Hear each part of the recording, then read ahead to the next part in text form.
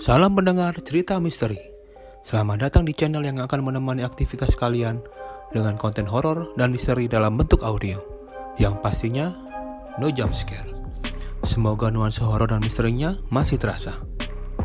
Di episode kali ini, saya akan menceritakan kejadian seram yang dialami oleh narasumber saat bekerja sebagai sopir travel. Penasaran bagaimana ceritanya? Simak sampai habis. Langsung saja ke ceritanya.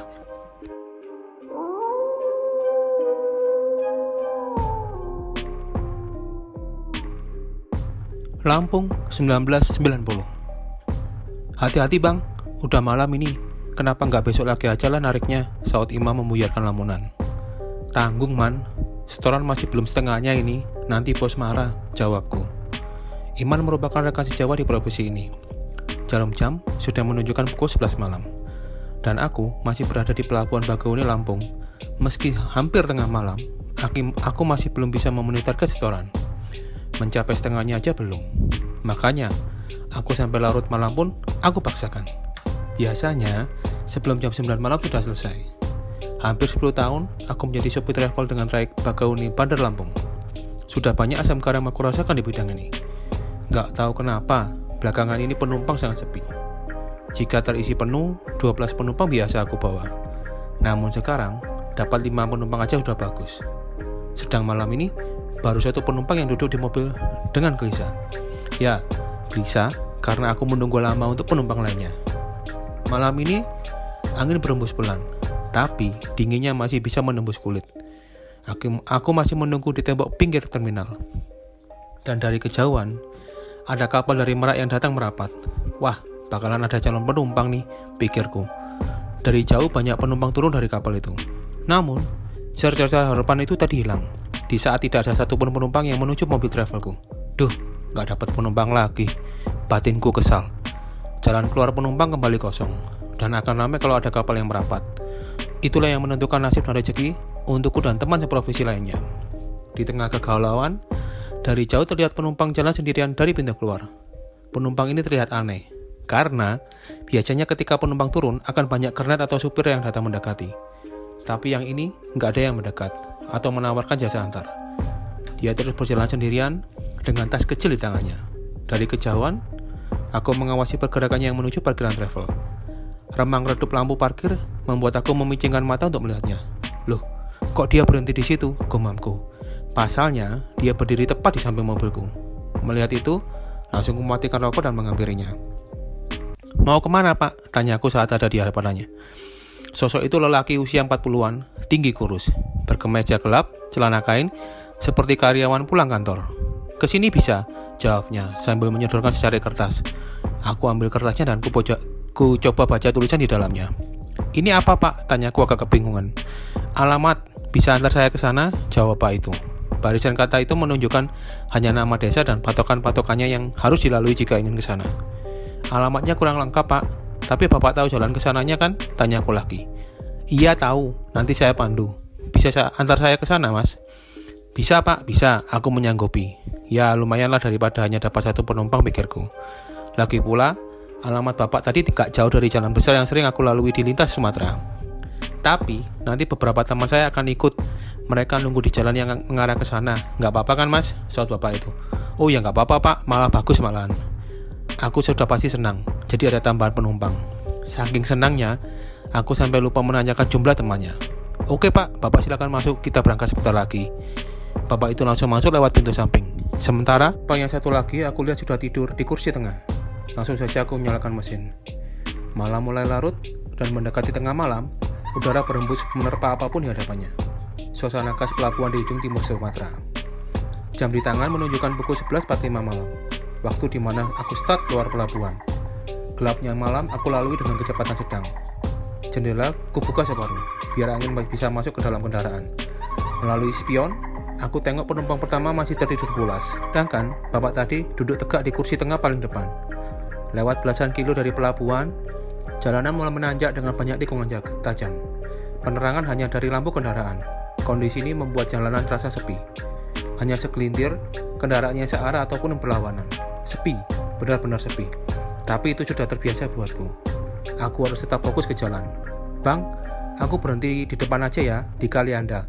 Suara itu mengagetkanku, dan ternyata berasal dari penumpang pertama yang tidur tadi. Loh, bukannya mau turun di Raja Basa, Pak? Tanyaku. Nggak usah, kali Anda aja. Jawabnya dengan raut wajah ingin segera turun. Ya sudah, aku ikuti. Kali Anda masih beberapa menit lagi, tapi laki-laki penumpang tadi bersuara. Bang, stop bang, aku turun di sini aja, dia bilang begitu. Kali Anda masih di depan loh Pak, sebentar lagi, timpalku. Iya, nggak apa-apa, aku turun di sini aja. Stop bang, bapak itu bersikeras ingin turun.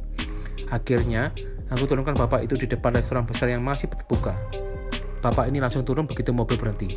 Namun dia berpesan setengah berbisik. Kalau bisa, jangan lanjut perjalanan bang. Istirahat aja di restoran ini. Lanjut besok pagi. Loh, memangnya ada apa pak? Ini masih ada satu penumpang lagi yang harus diantar. Belum bisa istirahat. Jawabku kebingungan. Ya sudah, yang penting aku sudah mengingatkan. Hati-hati ya bang, pesan si bapak. Beliau langsung menuju resto dengan sesekali menengok ke belakang, melihat kendaraan. Ada apa sih? Kenapa dia tadi ngomong gitu? Batinku. Aku tak menghiraukannya. Lagian, aku juga belum tahu dan gak mau tahu. Aku injak gas lagi menyusuri jalan di malam yang sunyi ini. Dan masih ada satu penumpang yang harus diantar. Hanya ada suara mesin yang menemaniku. Jendela kaca sengaja kututup sedikit. Dan dari spion, kulihat bapak itu masih duduk tegak tanpa bersandar. Dan aku tanyakan perihal teman-temannya yang akan naik tadi. Pak, maaf, teman-temannya naik dari mana ya? Tanyaku sambil melirik spion. Di depan, nanti saya kasih tahu. Jawabnya datar. Aku ikut aja arahnya. Seingatku, alamat bapak tadi di daerah yang agak pedalaman. Keluar dari jalan utama yang sedang aku susuri ini, sekitar 15 menit dari Kalianda. Harusnya ada persimpangan menuju ke sana. Pak, maaf, belokannya di mana ya? Saya takut salah, tanyaku lagi. Sebentar lagi, nanti saya kasih tahu, menjawab dengan datar. Lagi-lagi aku harus diam, dan terus melajukan kendaraan. Depan, belok kanan. Suara dari belakang membuyarkan lamunanku. Oh, oke pak. Dari kejauhan, nampak di sisi kanan ada jalan dengan gapura kayu lusuh. Jalanan ini beraspal dan nampak sepi juga gelap. Itu, teman-teman saya, jawab si bapak. Sambil memicikkan mata, aku melihat sekitar 4-5 orang di pinggir jalan. Ini orangnya pak, tanyaku lagi. Iya, itu. Aku berhentikan mobil di depan mereka. Ada sekitar 4 orang parubaya, 3 laki-laki dan 1 wanita. Mereka semua masuk, tapi nggak ada yang duduk di depan. Tujuannya masih sama pak, tanyaku sambil melirik spion. Masih, jawab si bapak. Aku injak gas melalui jalan ini. Jalan aspal yang tak terlalu bagus, dengan penerangan yang tentu gelap. Kira-kira seperti jalan kampung. Yang kanan kiri hanya ada pepohonan dan sesekali ada perumahan penduduk. Itu pun jaraknya berjauhan. Di luar tidak ada angin, tapi udara dingin cukup merasuk kulit. Hingga jendela aku buka sedikit agar asap rokok bisa keluar. Alamat tujuan kali ini seingatku pernah kulalui, tapi waktu itu masih ada matahari. Beda kondisi dengan sekarang. Gelap dan sepi. Ini masih jauh ya pak? Tanyaku. Masih, nanti saya kasih tahu, jawabnya singkat. Dan ada keanehan selama perjalanan setelah teman si bapak naik. Yaitu, tidak adanya percakapan layaknya teman yang sudah berkumpul. Namun, perasaan itu hanya sebentar, karena aku lebih memilih fokus ke jalan. Karena makin lama, jalanan berubah jadi jalan tanah. Bangunan rumah berganti jadi pepohonan dan semak. Dan penerangan hanya dari mobil ini saja. Desa yang pernah aku singgahi juga sudah jauh terlewati. Daerah ini nama asing, tapi tiba-tiba ada suara di belakang. Belok kanan ya, suara pelan penumpang mengagetkanku. Langsung kubelokkan mobil ke kanan. 50 meter kemudian, nampak gapura kusam berlumut. Setelah melewati gapura, penumpang belakang bilang, "Berhenti." "Di sini pak," tanyaku. Sepenglihatanku, kanan kiri gak ada rumah dan bangunan. "Tapi kok turun di sini ya?" batinku. Aku menunggu di mobil sembari penumpang turun. Patokanku, suara pintu kebuka dan ketutup. Tapi kok hening, padahal aku berhenti cukup lama. "Pak, jadi turun gak ya?" tanyaku ketika menyadari kalau gak ada pergerakan. Sadar gak ada jawaban, aku langsung menoleh ke belakang. "Pak, jadi turun gak?" tanyaku lagi, sambil mengamati wajah mereka. Namun, mereka semua tetap diam, meski aku tanya sekali lagi. Dan sekilas aku hitung penumpang. 1, 3, 4. Loh, harusnya kan 5, batinku. Seolah tahu pikiranku, salah satu penumpang menjawab, "Sudah turun, baru aja." "Hah? Sudah turun?" Menyadari keanehan itu mulai timbul kecemasan. "Cuma 1 yang turun pak," tanyaku. "Iya," lagi-lagi jawab salah satu penumpang. Kemudian aku jalankan mobil perlahan, terlihat siluet-siluet hitam bangunan rumah. meski ada sinar rembulan, tapi bangunan itu nggak bisa terlihat jelas. Dan tiba-tiba ada suara lagi dari belakang. Di depan berhenti. Salah satu penumpang bilang begitu. Di sini ya Pak? Tanyaku memastikan. Iya. Namun kali ini aku lirik spion dan mendengarkan suara buka tutup pintu. Satu penumpang terlihat turun, tapi tetap tidak ada pintu dibuka atau ditutup. Tiba-tiba, sudah Pak. Nah, apalagi nih batinku. Aku menoleh ke belakang dan benar. Sekarang hanya ada 3 penumpang dari total 5 orang. Bagaimana cara mereka turun ya? Batinku. Dari sini ketakutan mulai terasa. Langsung aja aku injak gas dan kali ini agak cepat. Suasana masih tetap gelap dan aneh. Disertai bangunan rumah yang tidak ada lampu. Di tengah kondisi aneh ini, tiba-tiba ada tangan dingin yang memegang pundak. Disertai bau wangi bunga menyerba. Saya berhenti di depan ya, begitu kata si pemilik tangan. Di depan yang gelap, nampak siluet bangunan rumah. Dan fokusku seketika pecah saat ada yang bergerak. Ya, sosok manusia terlihat berjalan masuk ke rumah tanpa membuka pintu. Ya benar, menembus dinding depan. Kejadian itu membuatku tersentak kaget. Dan benar dugaanku, ada yang gak beres. Dan seketika itu aku menoleh ke belakang dan ternyata benar. Tersisa hanya 2 orang di belakang. Setelah itu aku pacu kendaraan lebih cepat. Sampai tiba-tiba, berhenti. Lagi-lagi ucap salah satu penumpang. Penasaran mengalahkan rasa takut. Langsung aja aku menoleh ke belakang dengan maksud melihat bagaimana penumpang itu turun. Tahu apa yang aku lihat? Ternyata penumpang ini turun dengan cara menembus pintu. Ya, tanpa membukanya sama sekali. Ya Tuhan, batinku. Aku pun ketakutan dan ternyata penumpangku bukan manusia. Dia masuk ke salah satu rumah dengan cara yang sama, menembus pintu. Dan tinggal ada satu penumpang. Aku injak pedal gas, cukup cepat aku memacu mobil. Yang ada di pikiranku saat ini, bergerak melewati desa gelap ini dan keluar secepatnya meski nggak tahu ke arah mana. Tapi masih ada satu sosok lagi.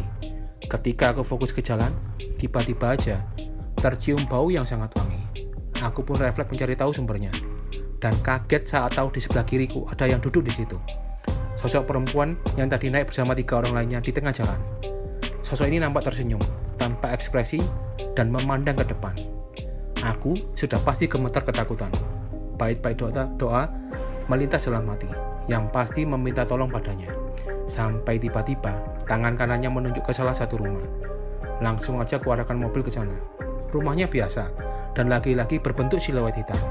Aku berhenti di depan rumah itu, dan pemandangan menyeramkan hanya terjadi kurang dari 1 meter. Sosok ini turun dengan menembus pintu mobil. Berjalan ke rumah itu, dan lagi-lagi menembus dinding rumahnya. Sempat terhipnotis, sampai tiba-tiba aku tersadar. Aku langsung memacu mobil menemukan jalan keluar desa. Sedikit cemas, kalau aku tersesat di desa ini. Tapi entah kenapa, seperti ada yang menuntun keluar dari desa ini setengah jam kemudian. Akhirnya jalan utama lintas Sumatera terlihat. Nah, pengalaman serangku akhirnya berakhir. Sungguh pengalaman yang sangat menyeramkan. Oke pendengar, nikmati misteri sebagaimana mestinya. Jangan lupa untuk selalu berdoa meminta pertolongan Yang Maha Kuasa dalam hal apapun. Menurut pendengar, bagaimana pengalaman yang dialami oleh rekan kita ini? Seram atau masih kurang seram dibanding dengan cerita yang pendengar punya? Kalau ada yang punya cerita seram, bisa kirim via email yang ada di kolom deskripsi. Untuk saran dan kritik, bisa tulis di kolom komentar. Dan jangan lupa untuk subscribe, share, dan like. Untuk donasi, bisa melalui Saweria yang ada di kolom deskripsi. Sekian cerita dari saya.